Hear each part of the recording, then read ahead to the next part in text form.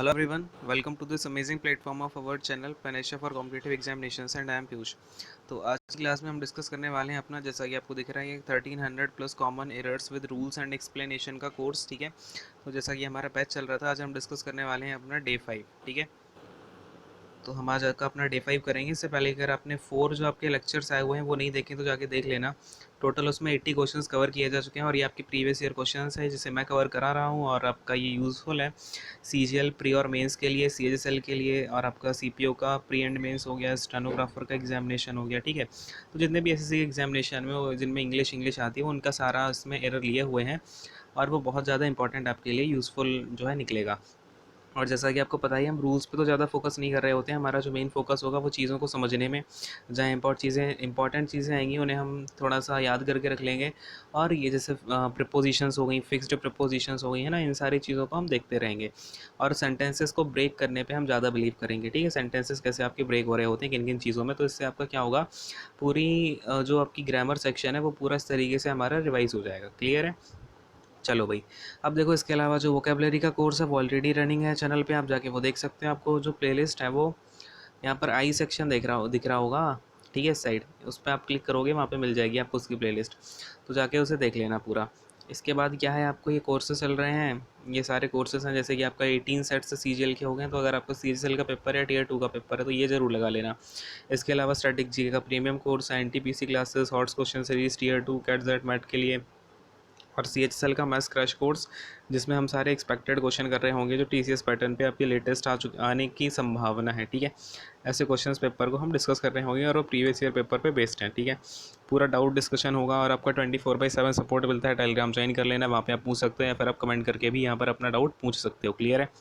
और भी कई सारी रेलेवेंट सीरीज चल रही है, वो जाके आप चेकआउट कर लेना। ठीक है, चैनल में जाके प्लेलिस्ट में देख लेना क्या क्या है आपके लिए यूज़फुल। ठीक है, ऐसी सारी चीज़ें आपके लिए यूज़फुल निकल के आएंगी। ये आपका डे 1 हो गया। फटाफट से अब हम आ जाते हैं डे 4 पर। देखो भाई, चलो ये है अपना 76। हमने कल सारे डिस्कस कर लिए थे 80 नंबर तक। आज है हमारा डे 5 है। ठीक है, डे 4 नहीं है। देखो, इससे पहले के 4 डेज हो चुके हैं, वो जाके आप देख लेना। क्लियर है? तो ये है अपना डे 5, जिसमें हमारे 80 तक जो है ऑलरेडी क्वेश्चन डिस्कस हो चुके हैं। हम 81st पे आ गए हैं। तो देखो ध्यान से, क्या है आज का क्वेश्चन हमारे पास, the patient was accompanied with his friend. ठीक है, तो अब क्या है, ये आपको दिख रहा है यहाँ पर, ये आपका पैसिव वॉइस में बना हुआ है। क्लियर है? क्या है, ये आपका पैसिव वॉइस में है। तो द पेशेंट क्या हो गया यहाँ पर अपना, तो ये पेशेंट जो है यहाँ पर था तो ऑब्जेक्ट, लेकिन बन गया है इस सेंटेंस में सब्जेक्ट। क्लियर है? ये हो गई आपकी हेल्पिंग वर्ब, ये हो गई मेन वर्ब। इसके बाद में ये विद नहीं होता है कभी भी, आपका किसी के भी आप साथ में आते हो तो वो क्या होता है, बाई आता है, क्योंकि ये क्या है, आपका एजेंट है। ठीक है, इस सेंटेंस में जो एजेंट है वो कौन है, हिज फ्रेंड है। ठीक है, तो किसके द्वारा उसे एकम्पनी किया गया, तो उसे उसके फ्रेंड के द्वारा एकम्पनी किया गया। तो यहाँ पर क्या आएगा, आपका विद नहीं आएगा, बाई आएगा। क्लियर है? कभी भी बाई प्रपोजिशन का यूज़ क्या, देखो बाई प्रपोजिशन का आपको मैं यूज़ बता देता हूँ। बाई प्रपोजिशन का यूज़ करते हैं हम टू इंडिकेट द एजेंट। ठीक है, या फिर अगर आपका पैसिव वॉइस का हमें जो पैसिव वॉइस में आपका सब्जेक्ट बनता है ना, ऑब्जेक्ट बन जाता है जो प्रपोजिशन का, तो वो बाई प्रपोजिशन का ही ऑब्जेक्ट बन रहा होता है। क्लियर है? मैं आपको अभी एक बात और बताऊंगा, इसको जरा मैं यहाँ पे फिनिश कर लूँ एक बार। देखो, विद प्रपोजिशन का यूज़ और किसके लिए होता है, विद प्रपोजिशन का जो मेनली यूज़ होता है ना, वो हम यूज़ करते हैं for indicating being in someone's company. ठीक है, मतलब किसी के आप साथ घूम रहे हो तो उसके साथ बोलते हैं, उसके लिए हम बोलते हैं विद। क्लियर है? तो आपको ये समझ में आ गया होगा, बाई का यूज़ किस लिए होता है, जब आपको एजेंट के बारे में बताना हो। विद का यूज़ होता है किसी के हम साथ को, किसी की कंपनी के बारे में हम बता रहे हूँ। क्लियर है? तो जैसे अगर यहाँ पे ये हो जाता, यहाँ पे अगर मैं ये बोलता कि his friend stayed with him. ठीक है, तो आपका यहाँ पर क्या हो जाएगा, ऐसा मैंने एग्जाम्पल क्या बोला है, his friend stayed with him. तो यहाँ पर आपका क्या हो गया, तो वो अपने फ्रेंड के साथ रुका हुआ है। यहाँ पे उसने क्या किया, अपने फ्रेंड को कंपनी दे रहा है। क्लियर है? विद द पेशेंट, यहाँ पर विद द फ्रेंड की जगह पे क्या लिख लो, पेशेंट लिख लो, ये आपका एग्जांपल हो जाएगा। क्लियर है? तो हमने देख लिया विद कहाँ पर लगाते हैं, बाई कहाँ पर लगाते हैं। क्लियर हो गया? अब जरा पैसिव वॉइस के बारे में मैं आपकी एक बहुत सारे बच्चे ना कन्फ्यूज़ रहते हैं। मतलब क्या बोलते हैं वो, कि जैसे अगर आपका ये क्या है, एक्टिव वॉइस में है, subject plus verb plus object. Clear है? तो आपका जो पैसिव वॉइस में बन रहा होता है वो क्या हो जाता है, ये ऑब्जेक्ट जो है ये तो बन गया अपना सब्जेक्ट। क्लियर है? प्लस में वर्ब की V3 बना दी। ठीक है। उसके साथ में हमने जो है बी वर्ब जोड़ दी और इसके बाद में हमने क्या किया, ये बना दिया हमने सब्जेक्ट का ऑब्जेक्ट। तो बेटा ये सब्जेक्ट का ऑब्जेक्ट नहीं होता, यहाँ पे बाई प्लस में ऑब्जेक्ट। तो ये जो ऑब्जेक्ट होता है ना, ये सब्जेक्ट का ऑब्जेक्ट नहीं बनता है। सब्जेक्ट क्या होता है अपना, डूअर होता है किसी भी सेंटेंस में, और डूअर तो अपना काम करता ही रहेगा कुछ भी हो जाए। ऐसा थोड़ी होगा कि पैसिव में आप काम डूअर नहीं कर रहा है, उसमें आपका काम जो है ऑब्जेक्ट करने लगेगा। काम तो इसमें भी ये सब्जेक्ट ही कर रहा है, लेकिन ये ऑब्जेक्ट क्यों बना है, क्योंकि ये इस प्रपोजिशन का प्रपोजिशनल ऑब्जेक्ट है। ठीक है। बस पैसिव वॉइस में बनाने का मतलब ये होता है कि हम जो एम्फेसिस है ना, जिसे हम पहले बताना चाहते हैं, जो हमारा एम्फेसिस है वो किस पे जा रहा है, हमारा ऑब्जेक्ट पे जा रहा है, मेन एम्फेसिस। बात को समझ पा रहे हैं। एम्फेसिस हम इस पे किस में देना चाहते हैं, ऑब्जेक्ट। हम पहले ऑब्जेक्ट की बात बताना चाहते हैं। जैसे मैंने बोल दिया कि राम ने कुर्सी तोड़ दी, तो मैं अगर ऐसे बोलना चाहता हूँ कुर्सी तोड़ दी गई राम के द्वारा, तो क्या बोलूँगा वहाँ पे मैं, कुर्सी, यानी कि मैं चेयर पर ज़्यादा ध्यान देना चाहता हूँ। क्लियर है। The chair was broken by Ram. ठीक है ना। तो बात को समझ पा रहे हैं। ठीक है, क्लियर हो गया। तो ये कंसेप्ट आप अपने क्लियर करके लिख लेना। चलो इसे हटाता हूँ, बातें अपने 82 वाले क्वेश्चन पे फटाफट से। तो देखो भाई 82 में क्या दे रखा है, a city dweller finds it difficult to pass away the time in a village. तो सिटी डेवेलर क्या है, इसे डिफ़िकल्ट क्या है, इसे डिफ़िकल्ट पाता है टू पास अवे। अब अच्छा ये देखो, अब क्या होता है ना, कभी भी आप गलत प्रपोजिशन लगा देते हो ना, तो सेंटेंस में अर्थ का अनर्थ हो जाता है। ठीक है। अब जैसे एक होता है आपका पास अवे, क्लियर है।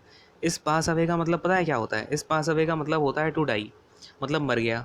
अब क्या सिटी डेवेलर को ये मरना था क्या, वहाँ पे जाके उसे क्या टाइम को, मतलब अपने आप को मरने के लिए टाइम नहीं मिल रहा था। हाँ भाई, ऐसा बोलना चाह रहा है क्या वो सेंटेंस में, तो ऐसा नहीं है। तो याद रखना, पास अवे का मतलब क्या होता है, टू डाई होता है। लेकिन अगर मुझे टाइम पास करना है तो मैं क्या बोलूँगा, पास टाइम बोलूँगा only, to pass time. Clear है। एक होता है आपका टू पास टाइम, इसका मतलब होता है टू किल टाइम, है ना, या फिर टू स्पेंड टाइम बोल दो ऐसे। ठीक है, टू स्पेंड टाइम, यानी कि उसे क्या है, बहुत डिफिकल्ट लग रहा था विलेज में टाइम को स्पेंड करना। ठीक है। ये आपका यहाँ पर बिल्कुल सही निकल के आएगा।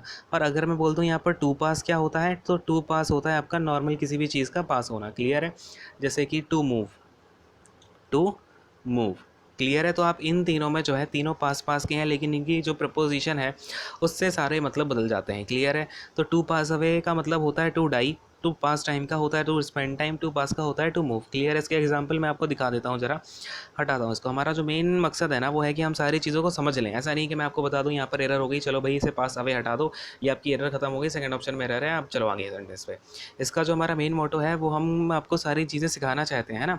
तो जैसे कि अगर मैं यहाँ पे पास्ट अवे का एग्जांपल बोलता हूँ, तो माई आंट पास्ड अवे, ठीक है, पास्ड अवे लास्ट मंथ, ऐसे बोल सकता हूँ। क्लियर है। तो इसमें क्या हुआ, इसका सीन कि जो मेरी आंट है वो ख़त्म हो गई है ना, यानी कि शी डाइड। और अगर मैं यहाँ पे आपसे एग्जांपल बोलना चाहूँ, ये आपका पास, यहाँ पर आपका टू पास टाइम का एग्जांपल तो आपको दिख ही रहा है। अब मैं आपसे टू पास का एग्जांपल और बता देता हूँ। देखो, जैसे कि आप टू पास में क्या ले लो, the road was so narrow, the road was so narrow, मतलब रोड इतना ज़्यादा नैरो था, इतना ज़्यादा सकरा था, है ना, हिंदी में क्या बोलते हैं, सकरा था। That cars were unable to, unable to क्या बोलेंगे, अनेबल टू पास। ठीक है, यानी कि वहाँ से मूव नहीं कर पा रही थी कार, वो रोड इतना ज़्यादा नैरो था, इतना ज़्यादा सकरा था कि कार वहाँ से मूव ही नहीं कर पा रही थी। तो आपको ये सारी चीज़ समझ में आई, तो ये चीज़ें आप नोट कर लेना। पास अवे का मतलब क्या होता है, पास टाइम का मतलब क्या होता है, और पास ओनली टू पास का मतलब क्या होता है। ठीक है। तो कभी भी अब डाउट नहीं रहेगा। ये अपना यहाँ पर क्वेश्चन नंबर 82 कंप्लीट हो गया। चलो 83rd वाले क्वेश्चन में आते हैं फटाफट से। देखो क्या है अपने पास, visitors were not permitted entering the park after dark. ठीक है। तो क्या बोल रहा है कि विजिटर्स को पार्क में एंटर करने की अनुमति नहीं है। अब मैं आपसे यहाँ पर एक बात बताना चाहूँगा, कभी भी आपका जैसे परमिट हो गया, ठीक है, क्या बोला हुआ है, विजिटर्स। यहाँ पर विजिटर्स क्या हो गया आपका, एक एक करके तोड़ते हैं, सब्जेक्ट हो जाएगा। वो क्या हो जाएगा, वह आपका बोलो फटाफट से क्या हो जाएगा, हाँ भाई हेल्पिंग वर्ब हो जाएगी। नॉट क्या होता है, मैंने आपको कल के पूरा सिखाया हुआ था, कल के सेंटेंस में नॉट को हम क्या बोलते हैं भाई। कल का जो आपका बेसिकली कल का जो कुछ क्वेश्चंस कराए थे ना, उनमें मैंने आपको सिखाया हुआ था कि नॉट का क्या होता है। तो ये क्या है आपका, एडवर्ब ऑफ नेगेशन है। क्लियर। चलो ये हो गया अपना एडवर्ब ऑफ नेगेशन। अब ये परमिटेड क्या है, परमिटेड अपनी यहाँ पर मेन वर्ब हो गई। अब जब परमिटेड यहाँ पर मेन वर्ब होती है ना, तो यहाँ पर आप अगर ध्यान से देखोगे, तो अब परमिटेड यहाँ पर आपका ये एक दिख रहा है आपको पार्क है, ठीक है, मेन वर्ब आ चुकी है, तो ये आपका एंटरिंग क्या है, ये आपका यहाँ पर जीरंड भी नहीं बन सकता है, तो यहाँ पर जो आपका आएगा वो यहाँ पर आपका इन्फिनेटिव बनेगा। ठीक है, क्योंकि इन्फिनेटिव क्या करता है, एज अ नाउन भी काम करता है, एज अ एडजेक्टिव भी काम करता है और एज अ एडवर्ब भी काम करता है। ठीक है, एडवर्ब, एडजेक्टिव और आपका नाउन, ठीक है, इन तीन तरीके से आपका जो है इन्फिनेटिव काम कर रहा होता है। तो यहाँ पर आप क्या करेंगे, एंटरिंग को हटाकर करेंगे यहाँ पर हम टू एंटर। क्लियर है, अब क्या हो गया, ये टू एंटर हो गया और आगे हो गया आपका पार्क। क्लियर है, to enter park, to enter the park, है ना। अब यहाँ पर देखो क्या हो जाएगा, ये जो टू एंटर है ना, ये बेसिकली आपका बन रहा है डायरेक्ट ऑब्जेक्ट। क्या बन रहा है, ये डायरेक्ट ऑब्जेक्ट बन रहा है। क्यों बन रहा है, क्योंकि ये जो भी आपसे जहाँ क्या करने के लिए मना कर रहा है, हैं क्या करने के लिए मना कर रहा है अभी, तो ये कर रहा है आपका एंटर करने के लिए मना। और कहाँ एंटर करने के लिए मना कर रहा है, तो आपका पार्क में, तो ये हो जाएगा इनडायरेक्ट ऑब्जेक्ट। बात को समझ पा रहे हैं, क्लियर है। तो ये आपका यहाँ बनेगा इनडायरेक्ट ऑब्जेक्ट। और इसके बाद में आपका आफ्टर डार्क क्या है, आफ्टर हो जाएगा प्रपोजिशन और ये आपका डार्क हो जाएगा इस प्रपोजिशन का ऑब्जेक्ट। क्लियर है, ये हो जाएगा पीओ, पीओ का मतलब क्या है, प्रपोजिशन का ऑब्जेक्ट है। तो यहाँ पर हमें क्या करना है, एंटरिंग नहीं करना है, यहाँ पर आपका हो जाएगा एंटर। क्लियर है, बात समझ में आ गई कि नहीं आ गई। हाँ भाई, आगे बढ़ जाएं, अब हटाता हूँ इसको, क्योंकि यहाँ पे क्या हुआ, ये जो हमने यहाँ पर टू एंटर डाला था वो क्यों यहाँ पे आपका डायरेक्ट ऑब्जेक्ट बन के आया, ये बात आपको समझ में आ गई ना। बच्चों को बहुत डाउट होता है इसमें, क्योंकि परमिटेड किसके बारे में, परमिटेड का सीधा सीधा एक्शन किस पे है, एंटर करने पे। या तो मैं आपको अंदर जाने दूंगा या नहीं जाने दूंगा। क्लियर है, तो यहाँ पे आपको ऐसी चीज़ों को समझना होता है। चलो नेक्स्ट क्वेश्चन में देखते हैं क्या है अपने पास। The fifth and final act of Macbeth contain the sleep walking scene. अब देखो यहाँ पर क्या है, the fifth and final act है, इसके बाद में ऑफ मैकबेथ है, ये क्या हो गया आपका, यहाँ पर हो जाएगा ये सब्जेक्ट। ठीक है, इसके बाद में ये क्या हो जाएगा, ऑफ क्या हो जाएगा आपका, प्रपोजिशन हो जाएगा। और इस ऑफ प्रपोजिशन का जो मैकबेथ है वो प्रपोजिशनल ऑब्जेक्ट हो जाएगा। अब ये जो कंटेन है ना, ये किसके हिसाब से आना चाहिए, सब्जेक्ट के हिसाब से। और आपका यहाँ पर सब्जेक्ट क्या है, सिंगुलर है, यानी कि ये जो वर्ब आएगी आपकी सिंगुलर में आएगी, यानी यहाँ पर क्या होना चाहिए, कंटेन्स होना चाहिए। तो the fifth and final act of Macbeth contains the sleep walking scene, यानी कि फिफ्थ एंड फाइनल एक्ट में क्या है, स्लीप वॉकिंग का सीन है। ठीक है, तो यहाँ पर कंटेन्स आएगा आपका। क्लियर है, क्यों, क्योंकि अपना जो सब्जेक्ट है, सब्जेक्ट सिंगुलर में है, तो जो अपनी वर्ब आएगी वो भी सिंगुलर में ही आएगी। क्लियर है, बात समझ में आ गई कि नहीं आ गई। चलो इसे हटाता हूँ, बातें अगले क्वेश्चन पर। समझ में आ गया ना सबको, कोई भी डाउट हो कमेंट सेक्शन में पूछ लिया करो। चलो, अब ये क्या है, one of the terrorist of the Kashmir valley are shot dead. ठीक है, अब ये देखो यहाँ पर वन क्या है, वन अपना यहाँ पर सब्जेक्ट निकल के आ जाएगा। पूछो क्यों, अब आप बोलोगे सर टेररिस्ट क्यों नहीं है, तो बेटा टेररिस्ट क्या है, अपना ऑफ प्रपोजिशन का ऑब्जेक्ट बनेगा। ये क्या बनेगा, ऑफ प्रपोजिशन का ऑब्जेक्ट, क्योंकि कोई प्रपोजिशन आ गई तो उसे ऑब्जेक्ट तो चाहिए ही चाहिए। ये हो गया प्रपोजिशन। अब क्या है, फिर से एक प्रपोजिशन आ गई आपकी, ये लो भाई, ये भी प्रपोजिशन। इसके बाद में ये प्रपोजिशन का जो ऑब्जेक्ट बनेगा वो क्या बनेगा, कश्मीर वैली। ठीक है, ये हो गया इसका ऑब्जेक्ट। और बीच में दा तो आपको पता ही है आर्टिकल है। ठीक है, इसके बाद में क्या है, आर शॉर्ट, आर क्या होगी यहाँ पर, हेल्पिंग वर्ब होगी। अब मुझे ज़रा एक बात बताओ, यहाँ पर ये जो हेल्पिंग वर्ब आ रही है ये किसके हिसाब से आनी चाहिए, सब्जेक्ट के हिसाब से। और अपना सब्जेक्ट यहाँ पे क्या है, वन है, सब्जेक्ट कैसा है, सिंगुलर है, तो यहाँ पर जो हेल्पिंग वर्ब है वो कैसी आनी चाहिए भाई, सिंगुलर आनी चाहिए कि नहीं आनी चाहिए। तो यहाँ से मैं आर हटा के क्या लिख दूंगा, इज लिखा दूंगा। बोलो हाँ कि नहीं, क्लियर है। क्या लिख दूंगा, क्या लिख दूंगा मैं यहाँ पर, इज लिख दूंगा। चलो, इज़ नहीं, सॉरी, ये अपना सेंटेंस। और देखो आगे क्या है, शॉट डेड, यानी कि यहाँ पर क्या बात हो रही है, उन्हें मार दिया गया। शॉट डेड यानी यहाँ पर ये क्या हो गया, V3 हो गई कि नहीं हो गई। क्लियर है, तो यहाँ पर क्या आना चाहिए, इसका मतलब ये पास्ट में है सेंटेंस, तो यहाँ पर इज़ नहीं, आपका वॉज आना चाहिए। क्लियर है, तो आपका यहाँ पे क्या आएगा, एक तो सिंगुलर वाली आएगी यहाँ पर हेल्पिंग वर्ब। ठीक है, क्योंकि आपका सब्जेक्ट सिंगुलर है। दूसरी बात, ये जो सेंटेंस है ये आपका पास्ट में है, आपको दिख गया, मैंने जहाँ ही जैसे ही मैंने V3 देखी। ठीक है, तो इससे मुझे क्या पता चल गया कि भाई पास्ट में है, और जो हेल्पिंग वर्ब होगी वो हमारी कैसी लगेगी, सिंगुलर लगेगी, तो मैंने यहाँ पे वॉज लगा दिया। क्लियर है, सबको समझ में आ गया ही नहीं आ गया, है ना। चलो हटाता हूँ इसको, अब अगले क्वेश्चन पर आते हैं फटाफट से। 86 वाला क्वेश्चन देखते हैं। देखो भाई, 10 kilometres is a long distance to walk. तो यहाँ पे क्या है, 10 किलोमीटर्स क्या हो गया, अपना सब्जेक्ट हो गया। ठीक है, और जिसमें 10 क्या है, अपना 10 बताओ फटाफट से क्या है। ये एडजेक्टिव तो है, लेकिन कौन सा एडजेक्टिव है, ऑर्डिनल है कि कार्डिनल है, तो कार्डिनल है। ऑर्डिनल मैंने बताया था ना, ऑर्डिनल में क्या होता है, ऑर्डर होता है, first second third fourth. Clear है, अब ये इज़ क्या है, इज़ यहाँ पर हमारी हेल्पिंग वर्ब है। ठीक है, मेन वर्ब हो गई यहाँ पे तो एक्चुअली। ठीक है, तो is a longer distance to walk, यानी ये क्या है, एक बहुत ज़्यादा डिस्टेंस है वॉक करने के लिए। तो अब मैं आपको बताता हूँ यहाँ पर हमने जो है इज़ का यूज़ क्यों किया। अब आप बोलोगे सर किलोमीटर्स है, यहाँ पे आपने आर का यूज़ क्यों नहीं किया है। तो देखो यहाँ पर हमने आर का यूज़ क्यों नहीं किया, ये आपका बिल्कुल करेक्ट होगा। इस क्या है कि कई बच्चे यहाँ पर एरर लगा के आ जाएंगे, इसको काट के यहाँ पर आर लगाने की कोशिश कर रहे होंगे और वो अपना आंसर जो है गलत कर देंगे बिल्कुल, और उनको माइनस का मार्क मिल जाएगा। ठीक है, तो ऐसे काम नहीं करना है। तो देखो कैसे होगा यहाँ पे, उसने क्या बोला है 10 किलोमीटर्स जो है एक बार में ही वो बोलना चाहता है। ये जो 10 किलोमीटर्स है उसके बारे में क्या बोल रहा है, इज़ अ लॉन्ग डिस्टेंस, यानी 10 किलोमीटर एक बड़ी डिस्टेंस है, यानी वो 10 किलोमीटर को एक साथ लेके चल रहा है। तो अगर मैं एक बार में ही बात करूँ तो वहाँ पर क्या आएगा, सिंगुलर आएगा। अच्छा, इसका एक एग्जाम्पल समझो, अगर जो ज्यूरी होती है वो ज्यूरी अगर अपना फैसला एक वे में सुनाती है यानी एनानिमस सुनाती है, तो हम क्या बोलते हैं कि इसके साथ में सिंगुलर वर्ब आएगी कि नहीं आएगी। तो इसी तरीके से अगर मैं पूरी डिस्टेंस को एक बार में लेना चाहता हूँ तो उसके साथ में जो वर्ब आएगी वो अपनी सिंगुलर आएगी। क्लियर है, बात समझ में आ रही है क्या? अब समझ में आ गया ना? तो यहाँ पर हमें और कोई भी यहाँ पे कोई एरर नहीं दिखेगी। यहाँ पर आपका इज़ बिल्कुल करेक्ट होगा, कोई बच्चा यहाँ पर आर करने की कोशिश में ना रहे, ठीक है। समझ में आ गया? ये आपको क्यों क्यों बोला गया है यहाँ पर इसका इज़ रहेगा, क्योंकि 10 किलोमीटर्स क्या है, हमने एक बार में बात करनी चाहिए। अगर मैं ऐसे बोलता कि जो डिस्टेंसेस है वो डिवाइडेड है, अगर यहाँ पर आपकी डिस्टेंसेस डिवाइडेड होती 2-3 किलोमीटर, 2 किलोमीटर की बात की जाती, फिर 5 किलोमीटर की बात की जाती, फिर 3 की, ये मिला के 10 बना रहे होते, तब उस केस में हम क्या बोलते हैं कि हाँ भाई यहाँ पर अलग अलग है तो मैं आर का यूज़ करूँगा, ठीक है। तो फिलहाल यहाँ पर हम एक ही बार में बात करना चाह रहे हैं, इसलिए आर का यूज़ नहीं होगा। समझ में आ गया कि नहीं आ गया? क्लियर है। चलो अगले क्वेश्चन पर आते हैं, इसको हटाता हूँ। अब देखो अगला क्वेश्चन क्या है, I saw him a couple of time since May, मतलब मैंने क्या है कि उसको देखा है कई बार मई से, ठीक है ना। चलो अब यहाँ पर देखो क्या होना चाहिए कि अगर आपका यहाँ पर आपने देखा क्या यूज़ हो रहा है, टाइम पीरियड, टाइम की बात हो रही है, और सिंस कहाँ पर लगता है, पॉइंट ऑफ टाइम पर। तो ठीक है, मे की मैंने एक बात कर दी, मे पॉइंट ऑफ टाइम हो गया अपना।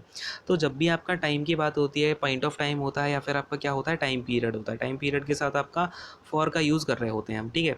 टाइम पीरियड के साथ आपका फॉर का यूज़ होता है और पॉइंट ऑफ टाइम के लिए सिंस का यूज़ होता है। क्लियर है? तो यहाँ पर आपका क्या है, सिंस यूज़ हुआ है, पॉइंट ऑफ टाइम है, ठीक, क्लियर है। अब कभी भी ये क्या है, आपकी पास्ट की बात हो रही है, और पास्ट में अगर हम कभी भी टाइम पीरियड की बात करते हैं तो वो सेंटेंस कौन सा होता है, पास्ट परफेक्ट की बात हो रही होती है कि नहीं हो रही होती है, यहाँ पे पास्ट परफेक्ट की बात होगी।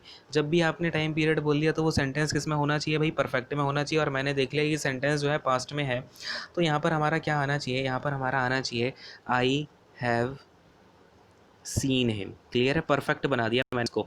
तो ये क्या हो जाएगा आपका, यहाँ पे सॉ नहीं आएगा, क्या आएगा, हैव सीन हिम आएगा। क्लियर है, बात को समझ पा रहे हैं? ठीक है, बात की गहराई तक पहुँच पाए कि नहीं पहुँच पाए? चलो इसका अपना क्या हो जाएगा, तो एरर फर्स्ट वाले में निकल के आएगी और हम ऐसे ऐसे चीज़ों कर रहे होंगे। चलो अगले क्वेश्चन पे आते हैं, 88th वाले पर।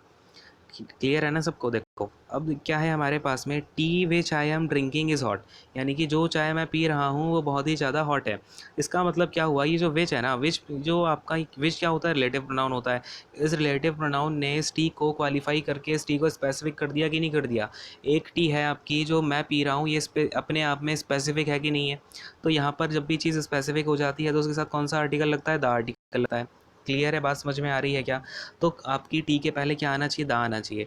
यानी कि जो टी मैं पी रहा हूँ वो हॉट है, मैंने यहाँ पर टी को ऑलरेडी स्पेसिफाई कर रखा है इतना ज़्यादा रिलेटिव प्रोनाउन लगा करके, तो यहाँ पर क्या आना चाहिए अपना, दा आना चाहिए। दा कभी भी कब आता है, जब आपका क्या हो, कोई भी चीज़ स्पेसिफाई हो, ठीक है। किसी भी चीज़ के बारे में हम पर्टिकुलर बात करना चाह रहे हो, या फिर वो पूरे विश्व में एक ही हो, या फिर वो सुपरलेटिव डिग्री के साथ आ रहा हो, है ना। सुपरलेटिव डिग्री कब आती है, जब आपकी किसी ग्रुप में, लेट से अपना ये कोई ग्रुप है, इसमें से कोई एक चीज़ सबसे ज़्यादा अलग है, तो उस चीज़ को ही तो हम वहाँ पे जो सुपरलेटिव डिग्री के साथ यूज़ करेंगे, ठीक है। तो कभी भी आपकी कोई चीज़ स्पेसिफाइड हो, सुपरलेटिव डिग्री में हो, तो उसके साथ हम क्या करेंगे, आर्टिकल दा का यूज़ कर रहे होंगे। समझ में आ गया बात? चलो इसको हटा दो, हम आते हैं नेक्स्ट वाले क्वेश्चन पर। 89 जो क्वेश्चन है देखते हैं। एक्चुअली में क्या है ना, मेरी तबीयत अभी बहुत ज़्यादा ख़राब सी लग रही है, पता नहीं फीवर सा आ रखा है बहुत ज़्यादा, ठीक है। तो अभी भी मैं टैबलेट लेके पढ़ाने की कोशिश कर रहा हूँ, तो अगर थोड़ा बीच में इधर उधर होता है ना, बाकी पढ़ाने में नहीं, थोड़ा बोलने में इधर उधर हो जाएगा, तो उस पर ज़्यादा ध्यान मत देना, ठीक है। चलो खैर, क्वेश्चन नंबर 89 देखते हैं अब क्या है अपने पास में। Although the police officer sympathized with poor, he refused to take an action against the rich man. मतलब कि ऑल्दो जो पुलिसमैन है ना, उसने क्या किया है, वो पुअर के साथ तो सिंपथाइज़ करता है, बट उसने कोई भी एक्शन नहीं लिया है जो रिच मैन है। अच्छा, अब मैं यहाँ पर आपको एक बात बताता हूँ, ज़रा दो बातें नोट कर लेना। कभी भी मैं किसी भी चीज़ की कम्युनिटी की बात करना चाहता हूँ, किसकी बात करना चाहता हूँ, कम्युनिटी की। क्लियर है? और एक सेकेंड देखो, ये क्या है आपका, कम्युनिटी की मैं किसी बात करना चाहता हूँ, और उस कम्युनिटी का मुझे क्या है एडजेक्टिव पता है, जैसे कि मैं क्या बोलता हूँ पुअर है। अब ये पुअर क्या है, पुअर मैन मैं बोलता हूँ, तो यहाँ पर आपका पुअर क्या निकला, ये एडजेक्टिव निकला कि नहीं निकला। अगर मुझे लेकिन पूरी कम्युनिटी को डिनोट करना है पुअर लोगों की, यानी मुझे गरीबों को, बहुत सारे गरीबों को मुझे डिनोट करना है, तो मैं क्या बोलूँगा, द पुअर। इसमें क्या हो गया, आपकी पूरी कम्युनिटी आ जाएगी, ठीक है। ऐसे भी अगर हम किसी एडजेक्टिव के साथ में लेके द लगा देते हैं तो उसमें क्या होता है, आपकी पूरी कम्युनिटी को वो चीज़ रेफर करने लगती है। जैसे अगर हम बोलें कि द ब्लाइंड, तो द ब्लाइंड में क्या होगा, सारी वो कम्युनिटी आ जाएगी जो ब्लाइंड है ना। तो ऐसे इस तरीके से हम चीज़ों को यूज़ कर रहे होते हैं, आपको समझ में आ रहा है ना, ठीक है। तो कभी भी आप अगर दा लगाते हैं तभी वो आपकी एक पूरी कम्युनिटी डिनोट हो पाती है। अब आपने यहाँ पे देखा, although the police officer sympathized with, तो ये क्या है, एक पुअर के साथ उसे सिंपैथी थी क्या। यहाँ पर मैंने देखा वो एक्शन किसके खिलाफ नहीं ले रहा है, इतने सारे रिच मैन, यहाँ पे दा लगा रखा है, मतलब सारे जो भी रिच मैन है, सारे रिचेस को उसने क्वालिफाई कर दिया। लेकिन यहाँ पर जब हम पुअर को देख रहे हैं तो उन्होंने पुअर को क्वालिफाई नहीं किया है, यानी कि पुअर को उन्होंने पूरी कम्युनिटी के बारे में नहीं बताया है, ठीक है। कभी भी दा अगर हम किसी भी एडजेक्टिव के साथ लगा दें, ध्यान रखना, किसी भी एडजेक्टिव के साथ अगर आपका दा लगा दिया जाए तो वो क्या करता है, उसकी पूरी कम्युनिटी को डिनोट करने लगता है, यानी कि उसके पूरे जितने भी ऐसे लोग हैं उन सबको वो करता है, ठीक है। पूरी क्लास को, कम्युनिटी को, इस तरीके से। यानी कि यहाँ पे अगर मैं दा लगा दूंगा तो ये सेंटेंस बिल्कुल करेक्ट निकल के आ जाएगा कि जितने भी पुअर्स हैं उससे पुलिसमैन, पुलिस ऑफिसर को सिंपैथी तो है, लेकिन वो कोई भी अमीरों के खिलाफ एक्शन लेने से रिफ्यूज़ कर देता है। बात को समझ पा रहे हैं, क्लियर हो गया अब, है ना। इसको हटा देता हूँ, समझ में आ गया ना सबको, कुछ भी डाउट होता है तो पूछ जरूर लेना, ठीक है। चलो इसको हटाता हूँ, अगले क्वेश्चन पे आते हैं। क्वेश्चन नंबर 90 देखो क्या है अपने पास, we were looking forward to hear news about the missing fisherman. तो हम क्या कर रहे हैं, कुछ न्यूज़ सुनने के लिए वी आर लुकिंग फॉरवर्ड, है ना, यानी कि हम आगे देख रहे हैं। अब लेकिन यहाँ पे जो आपका लुकिंग फॉरवर्ड है ना, इसको ज़रा ध्यान से देखना, इसे देख के कितने लोगों को कुछ कुछ चीज़ें पता चल रही हैं। कभी भी आपका अगर लुकिंग फॉरवर्ड आता है, देखो मैं आपको बताता हूँ ज़रा, ये जो लुक फॉरवर्ड है, लुकिंग फॉरवर्ड देख के आपको क्या समझ में आ रही, क्या है जो लुक फॉरवर्ड है, ये क्या होता है, फ्रेजल वर्ब होता है। फ्रेजल वर्ब का होता है कि हम आगे जो आने वाला है उसकी आशा कर रहे हैं, फिर हम उसकी प्रतीक्षा कर रहे हैं, ठीक है। तो ये क्या है, आपकी फ्रेजल वर्ब है, ये फ्रेजल वर्ब है। या फिर अगर मैं आपसे बात करूं कि लेट्स से, अगर मैं यहाँ पर आपसे बात कर लेता हूँ, लुक फॉरवर्ड हो गया, ठीक है। और अगर मैं बोल दूँ एक्यूज्ड ऑफ बोल दूँ, ठीक है, एक्यूज्ड ऑफ। अगर मैं आपसे बोल दूँ फिर इंसिस्टेड ऑन, ठीक है, इंसिस्टेड ऑन। तो ये सारी क्या है ना, ये फ्रेजल वर्ब्स होती हैं। और कभी भी आप किसी भी फ्रेजल वर्ब के पास जो भी यूज़ कर रहे होते हैं ना, जो होते हो ना, वो क्या होता है, आपका जीरंड होता है। यानी कि आप कभी भी फ्रेजल वर्ब के बाद क्या यूज़ करोगे, जीरंड यूज़ करोगे। अच्छा, जीरंड का जो आपका मतलब होता है, जो आपका फॉर्म होता है वो कैसा होता है, V1 प्लस का ING का, बोलो हाँ कि नहीं, क्लियर है। तो आपको कभी भी कोई भी फ्रेजल वर्ब दिख जाए उसके आगे आपको क्या यूज़ करना है, V1 प्लस का ING वाली फॉर्म, यानी कि जीरंड को यूज़ करना है। तो यहाँ पर क्या आएगा, लुकिंग फॉरवर्ड, ये क्या है, टू हियर, ये आपका इन्फिनेटिव वाली फॉर्म है, टू प्लस का V1। तो ये आपका टू प्लस का V1 इन्फिनेटिव यूज़ नहीं होगा आपका कभी भी फ्रेजल वर्ब के पास। आपका क्या यूज़ होगा, हियरिंग का यूज़ हो जाएगा यहाँ पर, है ना। क्या यूज़ होगा, जीरंड यूज़ होगा, यानी कि हियरिंग हम यहाँ पर लगा देते हैं। तो ये क्या हो जाएगा आपका, we were looking forward hearing about the missing fisherman, यानी कि हम जो आपका मिसिंग फिशरमैन है उसके बारे में न्यूज़ सुनने को आ तो रहे हैं, उसकी प्रतीक्षा कर रहे हैं, ठीक है। तो ये आपका हियरिंग का यूज़ होगा, हमेशा याद रखना। कभी भी आपकी कोई भी फ्रेजल वर्ब आ जाए उसके बाद हम इन्फिनेटिव यानी टू प्लस का V1 का यूज़ नहीं करेंगे, हम क्या करेंगे, जीरंड का यूज़ करेंगे, V1 प्लस की ING का। क्लियर हो गया, हटाता हूँ इसको, अगले क्वेश्चन पे आते हैं। क्वेश्चन नंबर 91 देखो, क्वेश्चन नंबर 91 में हमें क्या दे रखा है, the actress was shocked by the news of her dogs death. यानी कि एक्ट्रेस क्या हो गई, शॉक रह गई जब उसने अपने कुत्ते की मौत की मृत्यु का समाचार सुना। क्लियर है, बात समझ में आ गई। अब सुनो, कभी भी आपका शॉक्ड हो गया, ठीक है ना, उसे क्या हुआ, शॉक हुआ। और शॉक क्या है, एक एडजेक्टिव है, हाँ कि नहीं। ये शॉक क्या है आपका, यहाँ पर ऐसा एडजेक्टिव यूज़ हुआ है। और ये सेंटेंस का क्या है, SC है, यानी कि सब्जेक्ट कॉम्प्लीमेंट है। एक्ट्रेस क्या हो गई, शॉक हो गई, ठीक है। तो एक्ट्रेस के बारे में बता रहा है, यानी कि इस एक्ट्रेस को क्वालिफाई कर रहा है, ना कि वर्ब को। तो एक्ट्रेस क्या हो गई, शॉक हो गई, ठीक है।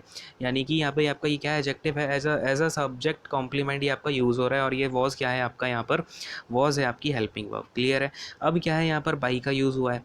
तो कभी भी आपका अगर एडजेक्टिव के बाद में ये आपका क्या है, वैसे पैसिव वॉइस दिख रही है ना, ये आपको क्या दिख रही है, पैसिव वॉइस दिख रही है, ठीक है। अब आपका कभी भी एडजेक्टिव के बाद में अगर मुझे क्या करना हो, किसी भी चीज़ का रीज़न बताना हो, कि आपका क्या हो गया, ये एडजेक्टिव हो गया, यानी कि एक्ट्रेस तो शॉक्ड थी, लेकिन किस वजह से थी, अब मुझे इसका क्या देना है, रीज़न देना है। यानी कि अब सेंटेंस के अगले वाले पार्ट में क्या हो रहा है, इस चीज़ का रीज़न दिया जा रहा है ना, ये आपका क्या रीज़न है। तो इस रीज़न को बताने के लिए आपका बाई का यूज़ नहीं होता है, किसका यूज़ होता है, विद का यूज़ होता है।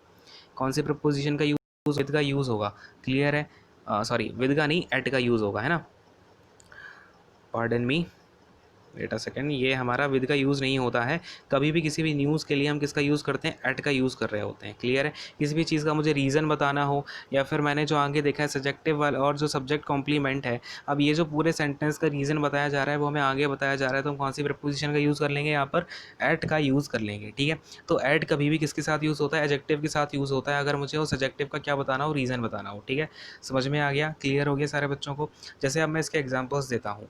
अब मैं ये हटा दूँ, क्या आपको ये समझ में आ गया होगा। ठीक है। एरर भी समझ में आ गई होगी। मैं इसके ज़रा सा एग्जांपल आपको समझा देता हूँ।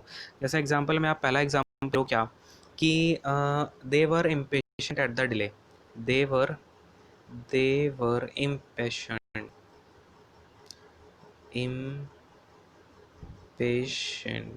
है ना। यानी कि क्या हुआ कि वो बहुत ज़्यादा इम्पेशेंट हो गए। ठीक है। यानी कि उनमें क्या हुआ, बिल्कुल भी सब्र करने की क्षमता नहीं रही एट द डिले। ठीक है। ये ई नहीं है आपका। ठीक है। ध्यान रखना ये मीनिंग्स का। इम्पेशेंट, ठीक है, एट द डिले। तो यहाँ पर क्या हो रहा है आपका, इस दे के बारे में ये आपका बता रहा है इम्पेशेंट है। दे कैसे है, इम्पेशेंट है, यानी कि ये क्या हो गया आपका एडजेक्टिव हो गया, और ये एडजेक्टिव यानी सब्जेक्ट कॉम्प्लीमेंट निकल के आ रहा है। अब इसका रीज़न इम्पेशेंट क्यों है, यानी कि डिले पर है कि नहीं है, तो यहाँ पर हम कौन से प्रपोजिशन का यूज़ कर रहे हैं, एट का यूज़ कर रहे हैं। एक और एग्जाम्पल दिखा दूँ क्या, चलो एक और एग्जाम्पल देख लो। जैसे she was dilated, she was dilated, dilated at the result. ठीक है। यानी कि वो क्या हो गई, बहुत ज़्यादा खुश हो गई रिज़ल्ट पे। अब मैं अगर यहाँ पर देखता हूँ तो डिलाइटेड कौन हुई, तो शी के बारे में बता रहा है, यानी कि ये क्या कर रहा है, सब्जेक्ट को क्वालिफाई कर रहा है, तो क्या हो जाएगा आपका यहाँ पर एडजेक्टिव हो जाएगा। यानी कि अगर एडजेक्टिव है तो यहाँ पर क्या हो जाएगा, एज अ सब्जेक्ट कॉम्प्लीमेंट काम कर रहा है, और ये आपका क्या है, यहाँ पर मेन वर्ब निकल के आती है। ठीक है। अब देखो इसे क्या बोल देंगे, एट है। इस एट को अब क्या हो गई, ये प्रपोजिशन हो गई, और यहाँ पे हमें इस डिलाइटमेंट का जो रीज़न है वो क्या है, कि उसका रिजल्ट उसने देख लिया, यानी कि रिजल्ट अच्छा आया होगा। तो इस रीज़न के लिए मैंने कौन सी प्रपोजिशन को यूज़ किया है, यहाँ पर एट का यूज़ किया है। ठीक है। तो बात समझ में आ गई कि नहीं आ गई, सारे बच्चों को अब याद रहेंगी ना सब कुछ। ये एग्जांपल्स भी आप नोट डाउन कर लेना, और जो पहले बताया था वो भी नोट डाउन कर लेना। ठीक है। यूज़फुल है काफ़ी ज़्यादा। हटाता हूँ इसको, क्वेश्चन नंबर 92 पर आते हैं, देखते हैं क्या है हमारे पास। क्वेश्चन नंबर 92 में हमें दे रखा है कि one of the questions he asked me was who did you travel with. यानी कि वन ऑफ द क्वेश्चन, यानी उसने इतने सारे क्वेश्चन पूछे, इसमें से एक क्या था कि who did you travel with, यानी कि तुम किसके साथ उड़ते हो, यानी कि तुम किसके साथ ट्रैवल करते हो। ठीक है। तो कोई दिक्कत नहीं है, यहाँ पे आपका ये बिल्कुल करेक्ट निकल के आ जाएगा, और ये आपका हु नहीं आएगा। ठीक है। यहाँ पर क्या आ जाएगा, होम आएगा, ये आपका होम आएगा। ठीक है। तो तुम किसके साथ जुड़ते हो, किसके साथ ट्रैवल करते हो, तो ये क्या आ जाएगा, home did you travel with. Clear है। तो ये आपका यहाँ पर बिल्कुल सही सेंटेंस निकल के आ जाएगा, होम कर देंगे आप। तो अगले क्वेश्चन पर आ जाते हैं हम 93 पर। देखो 93 क्वेश्चन में क्या दे रखा है अपने को, ध्यान से देखना ज़रा। 93 में दे रखा है I know a doctor you are referring to, यानी कि मैं उस डॉक्टर को जानता हूँ जिसे तुम रेफ़र कर रहे हो। अब ये क्या हुआ, यानी कि आपका यहाँ पर जो डॉक्टर है वो स्पेसिफिक हो गया कि नहीं हो गया। मैं एक पर्टिकुलर डॉक्टर के बारे में बात कर रहा हूँ, जिसके बारे में तुम बता रहे हो ना, तुम जिसे रेफ़र कर रहे हो, मैं उस डॉक्टर को तो ऑलरेडी जानता हूँ। तो ये डॉक्टर क्या हो गया, स्पेसिफिक हो गया। और किसी हम स्पेसिफिक चीज़ के साथ कौन सा आर्टिकल यूज़ कर रहे होते हैं, तो हम यूज़ कर रहे होते हैं द आर्टिकल का। बात समझ में आ गई ना। तो यहाँ पर आपका जो सेंटेंस है उसका पूरा जो मतलब है ना, उस पूरे सेंटेंस का जो मीनिंग है वो ऐसा निकल के आ रहा है कि आई नो द डॉक्टर। ठीक है। तो इस बात को आप समझो, कभी कभी क्या होता है ना, आपका रिलेटिव प्रोनाउन होता है वो आपका अंडरस्टूड होके बीच में बैठा जा रह जाता है। जैसे कि I know the doctor who you are referring to. ठीक है। तो यहाँ पर आपका क्या हो गया, ये हु यहाँ पर अंडरस्टूड हो गया, क्या हुआ अभी इस यूज़, अब इस हु के हिसाब से आगे जो है ये आपका एज अ कंजंक्शन ही यूज़ हो पा रहा है। बात को समझना, ये आपका एज अ कंजंक्शन ही यूज़ हो पा रहा है, क्योंकि ये जो यू है इसके लिए यहाँ पर हेल्पिंग वर्ब मिल गई, आई के लिए यहाँ पर आपकी मेन वर्ब मिल गई। तो यहाँ पर इसका हु का कोई मतलब नहीं रह गया, इसलिए हमने इसको क्या कर दिया, अंडरस्टूड मान के इसको हमने यहाँ से ओमिट कर दिया। ये आपका यहाँ पर ओमिट हो जाता है। ठीक है। इन केसेस को हम कहते हैं ओमिशन ऑफ रिलेटिव प्रोनाउंस। ठीक है। तो आपका ये जो इसका मतलब है इस क्वेश्चन का, वो आपका बेसिकली यही है कि I know the doctor who you are referring to. Clear है। तो यहाँ पर हम क्या कर सकते हैं, हु का ओमिशन कर सकते हैं, और इस टाइप के सेंटेंसेस में आपका क्या हो जाता है, ओमिशन ऑफ रिलेटिव प्रोनाउन हो जाता है। लेकिन हमेशा याद रखना, अगर आप नॉर्मल सेंटेंस भी देख रहे हो तो ये क्या हो गया, आपका डॉक्टर स्पेसिफिक हुआ कि नहीं हुआ। ठीक है। तो इस तरीके से चीज़ों को याद रखना, ध्यान रखना। समझ में आ गया कि नहीं आ गया, हटाता हूँ। नेक्स्ट क्वेश्चन पर आते हैं 94 पर। देखो भाई, तो चीज़ें समझ में आती जा रही है ना, सबको क्लियर हो रहा है, समझ में आ रहा है सारे बच्चों को। अगर अच्छा लगता है तो सेशन को लाइक शेयर एंड सब्सक्राइब अगर नहीं किया तो अभी तक कर लेना। ठीक है। ये सारी चीज़ें कर दिया करो। खैर, अब देखो ये क्या है, the introduction of job oriented courses in the self financing colleges attract many student. अब जरा यहाँ पर ध्यान से देखना, हम कैसे सेंटेंस को तोड़ने वाले हैं। बड़ा सा सेंटेंस दिख रहा है ना कि हम इसमें क्या करें क्या नहीं करें, कुछ समझ नहीं आ रहा, लेकिन देखो अभी तोड़ने पे सब समझ आ जाएगा। द इंट्रोडक्शन है ना, ये क्या हो जाएगा, अपना सब्जेक्ट हो जाएगा, क्लियर है। फिर क्या आ गया, ऑफ आ गया। ऑफ क्या होती है, हमारी प्रपोजिशन होती है। अब इस प्रपोजिशन को क्या चाहिए, सब अपना एक ऑब्जेक्ट चाहिए प्रपोजिशन का, तो ये क्या हो गया, कोर्सेज। कोर्सेज मुझे नाउन दिखा, मैंने इसको बोल दिया, ये क्या हो गया, अपना प्रपोजिशन का ऑब्जेक्ट हो गया। कौन सी वाली, ऑफ प्रपोजिशन का ऑब्जेक्ट हो गया। और बीच में जॉब ओरिएंटेड है, ये क्या कर रहा है, जॉब ओरिएंटेड कोर्सेज है, यानी कि ये क्या हो गया, अपना एडजेक्टिव हो गया। क्लियर है, बात को समझ पा रहे हो। एडजेक्टिव यानी क्या है, अपना पास्ट पार्टिसिपल है। पास्ट पार्टिसिपल क्या होते हैं, आपका V1 प्लस के साथ में क्या होता है, आपका V3 होती है, ठीक है, V1 की थर्ड फॉर्म। क्लियर है, तो ये आपका पास्ट पार्टिसिपल एडजेक्टिव हो गया। अब ये क्या है, इन है, इन आ गया, अगेन प्रपोजिशन हो गया, ठीक है। अब इस प्रपोजिशन को अपना ऑब्जेक्ट चाहिए, तो क्या हो जाएगा, कॉलेजेस इसका ऑब्जेक्ट हो जाएगा, इस प्रपोजिशन का। बात को समझना, इस वाली प्रपोजिशन का ऑब्जेक्ट है ये। अब अगर मैं बात करूँ सेल्फ फाइनेंसिंग कॉलेजेस, अब ये कॉलेजेस तो सब्जेक्ट हो गया है, मैंने बता दिया। अब सेल्फ फाइनेंसिंग क्या हो गया, इसका जो है कॉलेजेस के बारे में बता रहा है, तो सेल्फ फाइनेंसिंग क्या हो जाएगा, अपने आप में एक एडजेक्टिव हो जाएगा। एडजेक्टिव कैसा हो जाएगा, ये जीरंड है, ठीक है।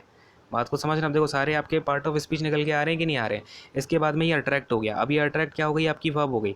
अब इस वर्ब में जो है, ये वर्ब किस तरीके की आनी चाहिए, तो ये सब्जेक्ट क्या है हमारे यहाँ पे, हमारा जो मेन सब्जेक्ट है वो क्या निकल के आ रहा है, इंट्रोडक्शन आ रहा है। तो इस इंट्रोडक्शन के हिसाब से आपकी जो है अट्रैक्ट वाली हेल्पिंग वर्ब आनी चाहिए, मेन वर्ब, सॉरी, ठीक है। तो ये जो अट्रैक्ट है, ये अट्रैक्ट की जगह क्या होगा, सिंगुलर है ना अपना सब्जेक्ट, तो यहाँ पर सिंगुलर मेन सिंगुलर फॉर्म आनी चाहिए, यानी कि अट्रैक्ट का क्या हो जाएगा, अट्रैक्ट्स हो जाएगा। बात को समझ पाए, हाँ भाई, क्लियर हुआ कि नहीं हुआ। तो इसलिए मैं हमेशा बोलता हूँ, कभी भी आप पढ़ो सेंटेंसेस को तोड़ना सीख लो, ये आपका अट्रैक्ट्स हो जाएगा, ठीक है। क्या हो गया, बाद में चुटकू सा ऐसे लगा दो, काम खत्म अपना। तो अट्रैक्ट की प्लेस पे हमें क्या लगाना है, अट्रैक्ट्स हो जाएगा। और किन को अट्रैक्ट करता है, स्टूडेंट को अट्रैक्ट करता है। स्टूडेंट आपका इस सेंटेंस का ऑब्जेक्ट है, इस ऑब्जेक्ट को क्वालिफाई करने वाला मैनी है, तो मैनी आपका क्या हो जाएगा, क्वांटिटेटिव एडजेक्टिव हो जाएगा। क्या हो जाएगा, क्वांटिटेटिव एडजेक्टिव। क्या, क्योंकि मैनी क्या करता है, जो स्टूडेंट्स हैं उनकी क्वांटिटी के बारे में बता रहा है, मैनी स्टूडेंट, ठीक है। तो समझ में आया कि नहीं आया, पूरा सेंटेंस बोलो जरा मुझे, क्लियर हो गया। चलो सारे बच्चों को समझ में आ गया नहीं, आपको क्या करना है, आपकी एरर कहाँ पे, अट्रैक्ट को काट के आपको क्या लिख देना है, अट्रैक्ट्स। क्लियर है, समझ में आ गया ना, क्यों यूज़ किया ये भी समझ में आ गया होगा, सेंटेंसेस को कैसे तोड़ रहे होते हैं ये भी आपको समझ में आ गया होगा, है ना। चलो भाई शाबाश। अब आते हैं अगले क्वेश्चन पर, इसको हटाते हैं भाई फटाफट से, अगले क्वेश्चन को देख लेते हैं भाई। अब अपने पास यहाँ पर क्या है, it is better to keep one's head in the face of danger than losing one's courage, ठीक है। तो क्या बात हो रही है, इट इज़ बेटर। अब कभी भी मैं आपको यहाँ पर ना एक दो चीज़ें बताने वाला हूँ, नोट डाउन कर लेना, बहुत ही ज़्यादा इंपॉर्टेंट है, और क्वेश्चंस आपके इसमें से आने की संभावना है पूरी पूरी, ठीक है। तो अब देखो बात क्या है, कभी भी आपका अगर इट इज़ बेटर, यानी कि बेटर का आपका कभी भी सेंस आ रहा हो, इट इज़ बेटर आ गया आपका, ठीक है, तो इसके साथ ना एक स्ट्रक्चर फॉलो हो रहा होता है। क्या फॉलो हो रहा होता है, इट इज़ बेटर आ गया, फिर आपका कभी भी सेंटेंस के बीच में बेटर आ जाए, है ना। तो इन सारी चीज़ों में आपका क्या जो स्ट्रक्चर है वो यूज़ हो रहा होता है। कभी भी आपका इसके बाद इन्फिनेटिव आएगा 2+V1, ठीक है, इन्फिनेटिव आ जाएगा पहले तो, इसके बाद में आपका आ जाएगा देन, ठीक है, देन आएगा।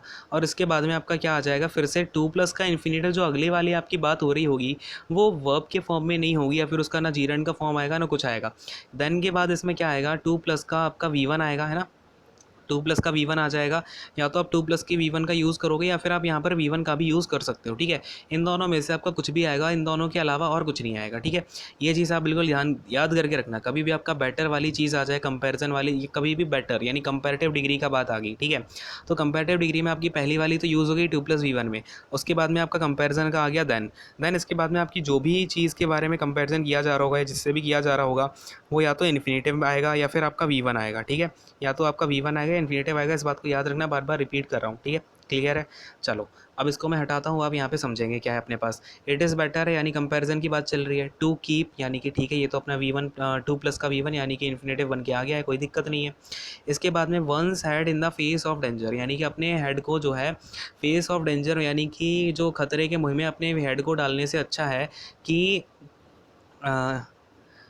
लूजिंग वंस करेज, यानी कि अपना जो इसमें बात हो रही है आपकी, it is better to keep one's head in the face of danger, यानी कि आप डेंजर के फेस में अपना हेड रख दो, यानी कि आप जो आपके सामने सिचुएशन है उससे आप खतरा मोल लो, ये ज़्यादा बेटर है, इंस्टीड ऑफ क्या है, वंस करेज, यानी कि आपको अपना जो है साहस नहीं होना है, क्लियर है।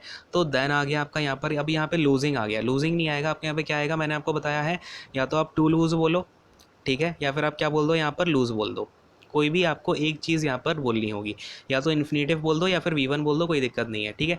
या तो आप टू लूज़ बोल दो या फिर लूज़ बोल दो, इस तरीके से आपकी यहाँ पर अगर यहाँ पे लूज़ लिखा होता लूजिंग की प्लेस पे तो अपना ही करेक्ट हो जाता, ठीक है। तो इन दोनों में से आपका कोई भी एक यहाँ पर यूज़ करना पड़ेगा, क्लियर है। तो एरर किस में हो जाएगी, थर्ड वाले में हो जाएगी।